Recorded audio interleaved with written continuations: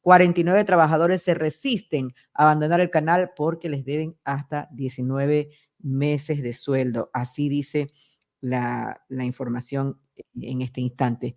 El canal de televisión Gamavisión, uno de los 17 medios de comunicación incautados en el 2008, 17 medios, para los que dicen que la libertad de expresión y bla, bla, bla, 17 medios incautados en el 2008 por la extinta Agencia de Garantías de Depósitos a los entonces dueños de Filambanco, no pudo ser vendido en 16 años. Ecuavisa realizó un recorrido por la sede de esta empresa en Quito y constató las condiciones precarias en las que aún laboran 49 personas quienes se resisten a abandonar las instalaciones porque les deben hasta 19 meses de sueldo. Doctor, ya lo tenemos aquí. Bienvenido, qué gusto tenerlo. Lo estábamos extrañando, esperemos que esté mejor de salud. Usted estaba con este virus que a todo el mundo cogió, 2 semanas maltrató, ya cuando medio sacaban la cabeza, otra vez, así, un virus medio raro, oiga. ¿Cómo está, Kabir? Y bueno, ya su amiga de siempre, Patricia, nos saludamos. ¿Cómo está, doctor Tarella? ¿Cómo está? Buenos días. Siempre es un gusto estar aquí, saludar con usted y con Kabir. Siempre es un gusto conversar con usted. Kabir, usted tenía justamente una inquietud en el tema venezolano, bueno, que es una cosa, es una telenovela, como las telenovelas ochenteras, lo que pasa en Venezuela ahorita. Kabir. Doctor, placer saludarlo, un verdadero honor compartir con ustedes, con la satisfacción de saber que se encuentra ya recuperado. ¿Qué más se puede hacer en el plano Venezuela, donde lo que resuelve la OEA no surte efectos de ningún tipo? El silencio cómplice de la Organización de Naciones Unidas, el abuso de la dictadura. Ahora ese abuso se ve reflejada en una orden de privación de libertad en contra del presidente electo por los venezolanos en las urnas. ¿Qué más se puede hacer? Nosotros aquí hemos casi clamado por la intervención de los cascos azules, órgano de la Organización de las Naciones Unidas, pero no hay resolución en ese sentido. ¿Qué más se puede hacer, doctor? Buen día. ¿Cómo está? Buenos días. Mire, ya por parte de la diplomacia se ha hecho todo lo que se puede. Yo creo que en este momento, y coincidiendo con usted, hay una doctrina en la Organización de las Naciones Unidas que fue aprobada en el año 2005, que es la doctrina de la responsabilidad de proteger, que autoriza a la organización a intervenir cuando se violan los derechos fundamentales, los derechos humanos. Y eso es lo que está ocurriendo en Venezuela. Es un dictador, un loco que incluso ha adelantado la Navidad para el mes de octubre y que no se puede hacer otra cosa, Kabir. Bueno, no sería nada raro viniendo de él. Lo único que se podría hacer es intervenir a través de los cascos azules. Hay la doctrina, que vuelvo a repetirla, se llama doctrina de la responsabilidad de proteger, que se aplica justamente al caso venezolano. Lo que se ve, yo coincido con usted, es que la situación dentro de Venezuela cada vez se agrava más y solo una intervención en este sentido para salvaguardar a la población civil es la que podría, digamos, sacar a Venezuela de la grave situación, doctor, en que se encuentra. No sé si exagero, pero ayer no sé si la indignación se apoderó de mí en el caso de Venezuela, de nosotros con Pati, pero creo que no hay en este rato ninguna diferencia entre la actuación de Idi Amin en el poder y Maduro. Está haciendo exactamente lo mismo que hizo Idi Amin allá por los años 72, 73 en Uganda. No sé si usted tenga otra visión en este sentido, doctor. No, yo concuerdo completamente con usted y el ejemplo es muy claro. Actúa igual que Idi Amin y de tal forma que su voluntad es la ley en Venezuela y que ahora persigue, mete preso a niños y le ha sacado la orden de detención al señor González, que es el legítimo presidente electo de Venezuela. La comparación es exacta de lo que usted señala. Gracias, doctor. Doctor, ahora me queda o sea, aquí una inquietud es de que lo que ha ocurrido con el avión de Maduro, que fue retenido en República Dominicana, que sin duda constituye un golpe, aunque él dice que no es su avión, pero hay fotos que demuestran que él utilizaba ese avión con su esposa, ¿no? De alguna manera podríamos decir que eso marca el empezar a actuar, porque es que solo hablamos y las Naciones Unidas y la OEA solo hablan y vamos a hacer y vamos a denunciar y vamos, pero no hay una acción. ¿Podría marcarse ese que sería un primer hecho, tal vez de ajuste a Maduro, como una advertencia de lo que le podría esperar? Digo, porque quiero ilusionarme en que se va a actuar, ¿no? Y no desilusionarme en que solamente vamos a seguir hablando del tema hasta que se duerma. Bueno, esa sería una medida coactiva del derecho internacional, pero a mí me vienen varias preguntas. ¿Cuánto dinero tiene Maduro para tener un avión particular en República Dominicana? Porque ese avión no es el avión del gobierno de Venezuela, sino es un avión de Maduro. Y además habría que conocer cómo se hizo esa negociación para poderla comprar, si la negociación de la compra del avión fue una negociación correcta o no, una serie de parámetros que habría que investigar y que han llevado a que el gobierno americano capture ese avión. Doctor, ahora, ¿qué es lo que dice el derecho internacional? Por ejemplo, cuando ya hay secuestros de niños, porque eso es lo que hay ahorita en Venezuela, se los llevan sin ninguna orden, sin ningún papel, sin ningún nada, nadie sabe a dónde se los llevan. Hemos visto las imágenes de niños de 11, 12 años. Cuando hay secuestros de niños, torturas de niños, ¿qué dicen los derechos internacionales, el derecho internacional? ¿Qué dice? ¿Cómo se puede proceder? Ya proceder ahí, o sea, porque si no se respetan los derechos de los niños, no se respetan los derechos de nadie. ¿Qué es lo que correspondería? Patricia, es que estamos hablando de un derecho especial que es el derecho internacional humanitario. Se están violando los derechos fundamentales de la población. Entonces, en ese caso, son derechos que son más importantes y que el derecho internacional debe de proteger. Por eso yo le decía a Kabir que en las Naciones Unidas tiene una salida que es la doctrina de la responsabilidad de proteger, que fue aprobada por unanimidad en el año 2005, que dice que en este caso las Naciones Unidas podría intervenir a través de los cascos azules para precautelar a la población civil, que es la persecución que hace Maduro en este momento en contra de la población civil. Kabir, porque se congeló. Bueno, yo no sé qué pasa o qué tipo de protección se le debe de dar, por ejemplo, en este momento, qué es lo que corresponde con Edmundo González. Porque más allá de que él sea un hombre de 75 años, porque la gente decía, cuando habían las marchas y él no se presentaba, no decía, sí, pero ¿por qué no va él? Lo que pasa es que allá no hay la sucesión del vicepresidente. El vicepresidente lo elige el presidente.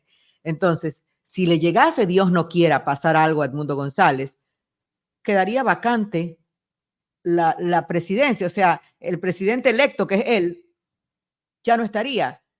No, y obviamente el segundo candidato que quedó es el mismo Maduro. ¿No? Entonces, ¿qué corresponde ahorita también para él con una orden de captura, ¿no? Que incluso en la que yo diría que juegan a la confusión, porque muchos países, porque hay países como Brasil, representado por Lula, que dice, yo no reconozco a Maduro, tampoco reconozco a la oposición, yo quiero las actas, pero ¿qué más? Pues si las actas están publicadas de un lado, o sea, y en ese juego de la confusión y de la indecisión de los que supuestamente apoyan a Venezuela, está Edmundo González como tiro al blanco. Patricia, se necesitaría ser extraterrestre para no conocer que en Venezuela quien ganó las elecciones es el señor González. Las actas están y el ganador indiscutible es obviamente el señor González. Ahora, con relación a su pregunta, ¿qué pasa si atentan contra la vida del señor González? Estarían cometiendo lo que en derecho se conoce con el nombre de magnicidio, matar a un presidente electo, porque ese es el caso del señor González. Sería un magnicidio y eso no lo puede permitir la comunidad internacional. La comunidad internacional tiene que actuar, como tiene que actuar posteriormente también en Nicaragua, donde hay una tiranía peor que la que hay en Venezuela. Entonces, esperemos que la comunidad internacional actúe y no vea de lejos esas graves violaciones de derechos humanos que se están dando en Venezuela. Ya. Ahora, hay un tema, doctor, bueno, hay varios temas internacionales, los hemos tenido ahí a la espera para conversar con usted, pero hay un tema que me preocupa mucho, me parece una película de terror, yo decía hace un momento, lo que está viviendo España, ¿no? En muchos aspectos. La ola migratoria que llega a través del mar como peces en el agua, ¿no? Con una actitud agresiva, porque es una actitud que arrincona a los propios españoles. Por ejemplo, yo veía la llegada, me parece que era de los magrebíes en una de las playas, y bueno, hasta golpearon a un policía en la cabeza, ¿no? Y obviamente pues los turistas se arrinconaron. Pero más allá de esto, ya en el diario vivir, de pronto leyes que no solo es que le abran las puertas o le den un refugio al migrante, sino que le quiten al local. No, yo veía, por ejemplo, primero empezó con el tema turístico, no como en las Canarias se priorizaban las viviendas para el turismo y si alguien tenía una vivienda allí, lo primero es que si estaba vacía, pues se veían obligados ellos a alquilarlas. No es que yo tengo mi casa ahí para cuando yo vaya, no, sino que se veían obligados a alquilarla. Luego ya se veían obligados a desocuparlas. Yo veía un hombre de unos 80 y pico de años, o sea, yo decía, esperé toda mi vida para pasar mis últimos años en mi casa en la playa. Yo no la tengo de vacaciones, yo vivo aquí vivo, decía que vivía ahí desde hacía ya como 2, 3 años, y lo estaban desalojando, ¿no? Y le decía, de aquí me sacan muerto.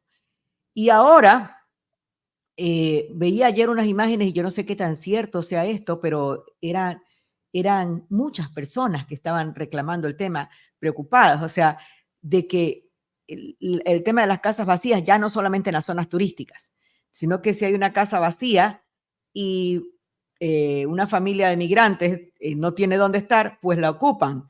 Entonces, pero si esa familia salió a trabajar el día entero, no porque trabaja papá, mamá, los hijos, etcétera, o están en el colegio, en la escuela, en la universidad, pues como que da igual, porque habían familias que estaban denunciando que ellos viven allí, que los vecinos podían corroborar y que simplemente llegaron y encontraron su casa ocupada y ya no tienen vivienda, no tienen nada, ¿no? ¿A qué obedece esto? Yo no sé realmente si un sistema político puede dar para tanto, ¿no? Porque podemos procurar la equidad, pero la equidad no es quitarte a ti lo básico que tienes para dárselo a los demás. Doctor. Mire, Patricia, es una lástima lo que está sucediendo en España y para eso tenemos que retrotraernos al retorno a la democracia cuando eligen presidente del gobierno español Adolfo Suárez y todos los políticos españoles, izquierda, derecha, centro, hacen un pacto para gobernar que se llamó el Pacto de la Moncloa, lo que hizo que España pueda ir adelante. ¿Qué es lo que sucede en este momento? Que el presidente del gobierno español, que es un socialista, es además un populista y es el culpable de todo lo que usted señala. Mire que es tan torpe el presidente del gobierno español que, siendo socialista, el máximo líder del Partido Socialista, líder histórico, Felipe González, se separa de esas actitudes y ha dicho que el presidente del gobierno español no está actuando como debe de ser un verdadero socialismo. Uno de los críticos más duros del gobierno actual es justamente Felipe González y todos los que formaron parte del gobierno de Felipe González. El presidente del gobierno español no ganó las elecciones, no tuvo mayoría. Lo que pasa es que por esos pactos que se lograron dentro de, digamos, de las cámaras, lo que ellos le llaman el Congreso, él pudo mantenerse en el gobierno. ¿Qué ha pasado? La indecisión del rey español, que no ha sido firme para poder tomar actitud y parar al presidente del gobierno español, y este señor ha tomado medidas tan torpes como apoyar a Maduro.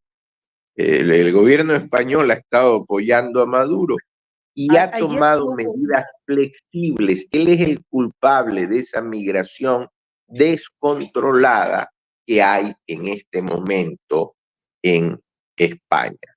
Es el único culpable. Esperemos que exista una reacción y que deje de ser presidente de gobierno, porque lo que usted señalaba era un caso también muy conocido que se llama el caso de los ocupas. Yo dejo la casa por un momento, usted deja su casa en la sí, playa, llego yo y me tomo su casa. Son exageraciones producto de un presidente del gobierno español populista y de un rey, el rey actual, que no ha estado a la altura de lo que fue su padre, que salvó la democracia cuando un guardia civil tejero quiso tomarse el Congreso. casi que le entiendo a Leticia. Bueno, 7 de la mañana. 7 de la mañana con 3 minutos. Doctor, hay otro tema que quiero aprovechar, lo que lo teníamos desde la semana antepasada y que, porque esto está en plena ebullición. Estamos septiembre, octubre, noviembre, a 2 meses de que haya elecciones en Estados Unidos.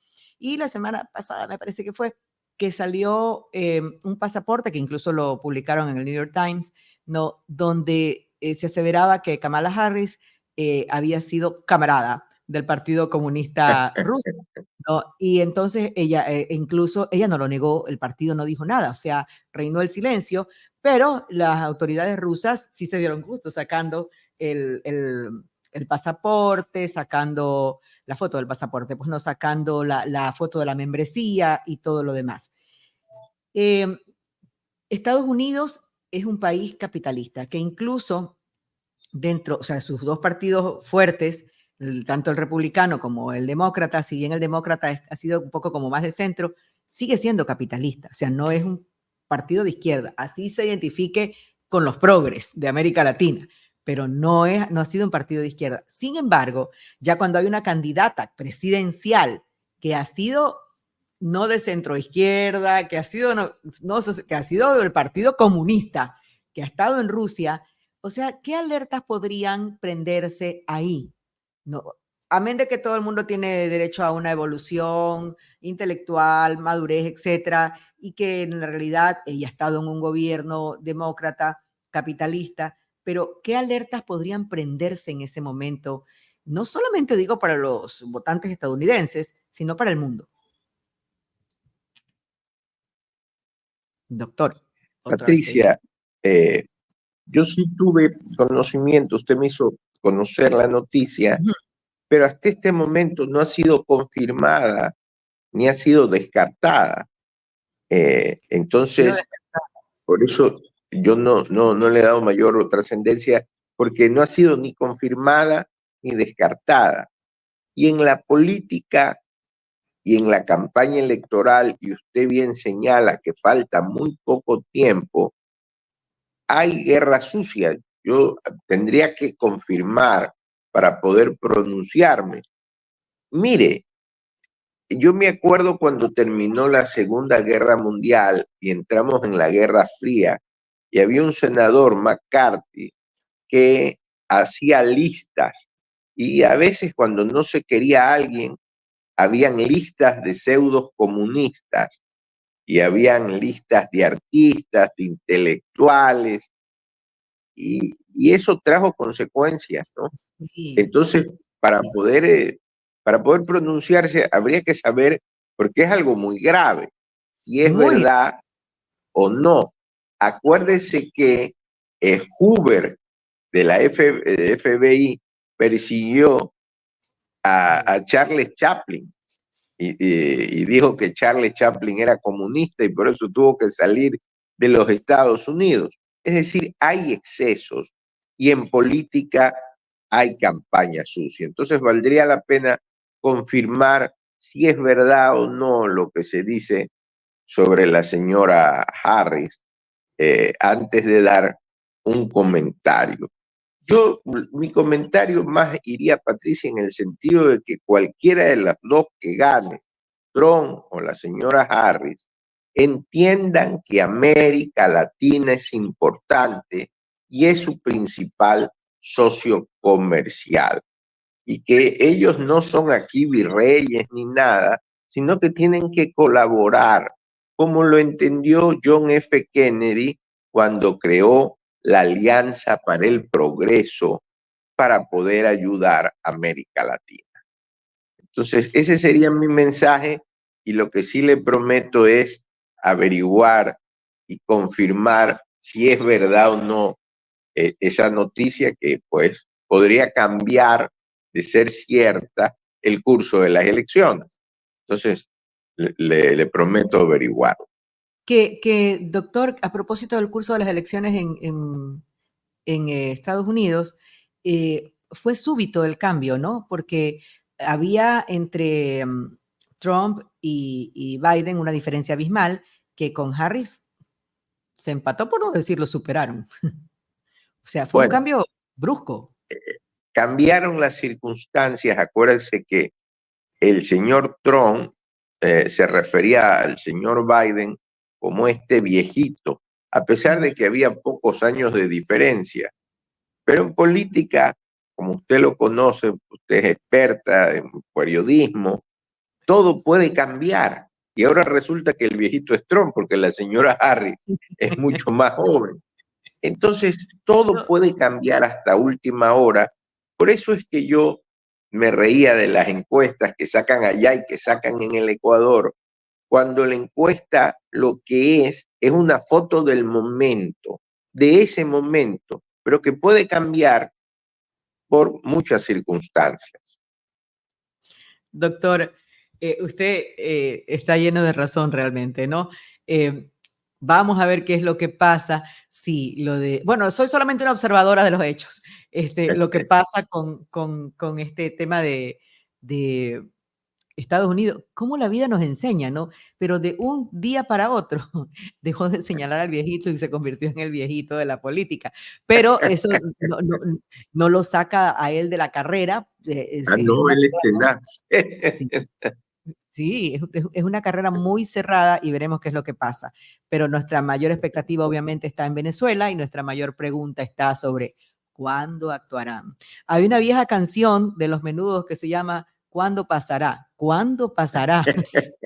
¿Cuándo actuarán? Dios mío, porque los horrores que vemos diariamente de cómo van abusando, ya cuando abusan, o sea, a mí se me rompió el alma ver al niño de 11 años, como decía, como narraba, como lo habían golpeado, electrocutado y por último lo habían amenazado, serás el muñeco de tus pesadillas, o sea, ver su orejita lastimada y ver la desesperación de las madres cuando se llevaban en fila a los niños que los bajaban de una casa, niños de 10, 11, 12 años, como para lavarse la cara al día siguiente que se publicó esto en el mundo entero, dejaron a los 80 adolescentes que apresaron el primer día de las marchas libres, ¿no? Pero nadie sabe, los adolescentes no han hablado a qué tipo de tratamiento estuvieron ellos sometidos en el helicoide, que es el más grande monumento al detrimento de los derechos humanos, ¿no? O sea, son tantas cosas que pasan en Venezuela y que uno piensa que ya no va a ocurrir más,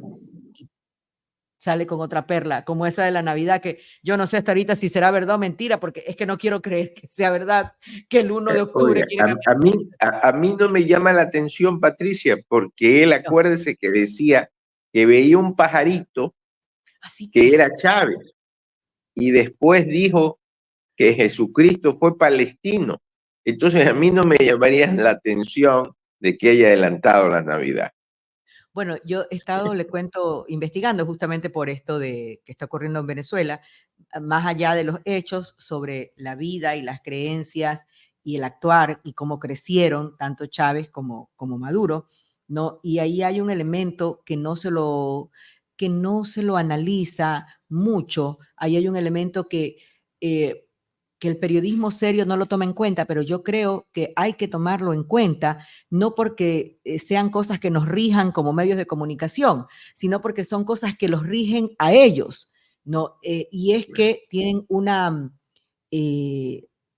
disciplinada creencia y práctica de, eh, de santerismo, de prácticas de magia y de tipos de estas cosas en las que creen. O sea, no estamos los medios de comunicación promoviendo eso, por si acaso.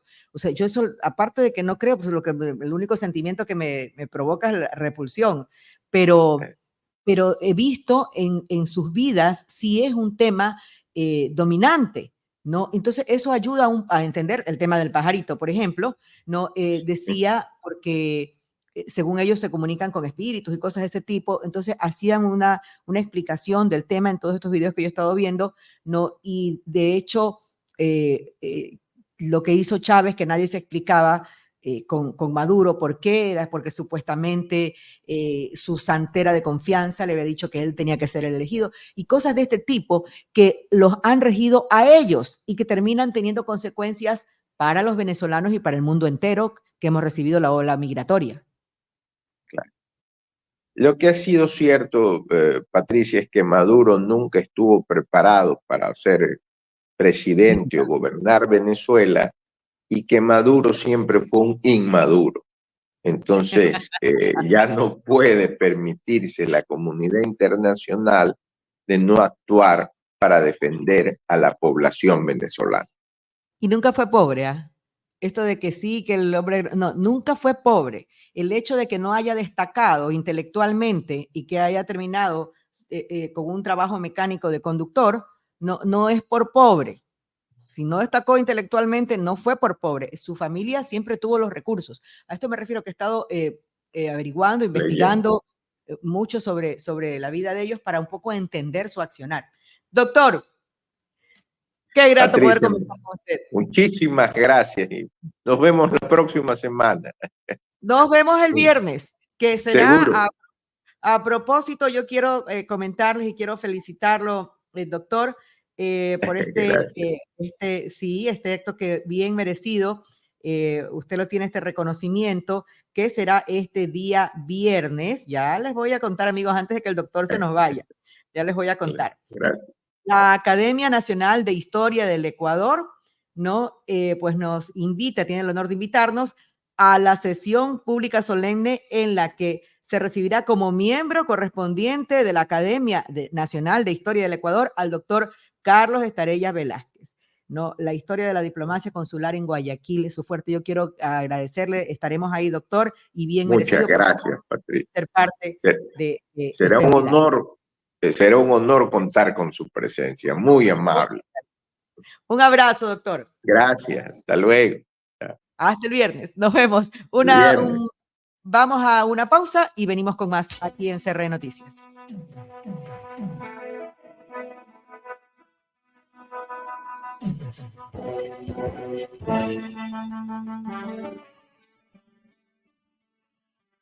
CRE Noticias, primera emisión.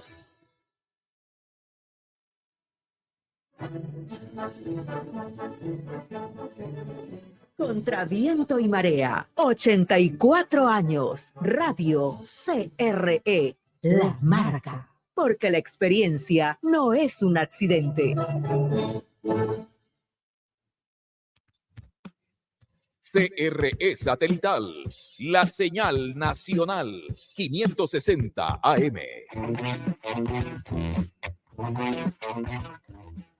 Espacio publicitario inicia ahora. ¿Ya probaste los nuevos KFC Nuggets? Crujientes y deliciosos, hechos a mano todos los días con 100% pechuga de pollo. Prueba la diferencia de nuestra receta original y olvídate de los nuggets tradicionales. Una vez que pruebes los nuevos KFC Nuggets, no te conformarás con menos. KFC, para chuparse los dedos. ¿Quieren oír cómo mi mami hace como vaca? Mamá, ¿sabes cuáles son los productos que hace Nutri?